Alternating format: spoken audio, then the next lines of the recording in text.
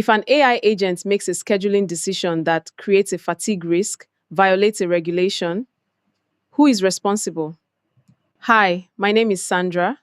I am currently transitioning into AI governance, sharing what I am learning along the way. What exactly are AI agents and could they replace airline crew schedulers? AI agents are advanced AI systems that can make decisions and take actions on behalf of humans. Unlike traditional AI that simply provides recommendations, AI agents can complete tasks autonomously, from assigning crew members to flights and updating rosters. As airlines continue to adopt AI-powered technologies, this raises an important question.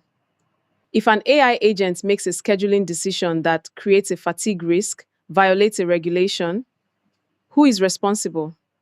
The answer should never be the AI.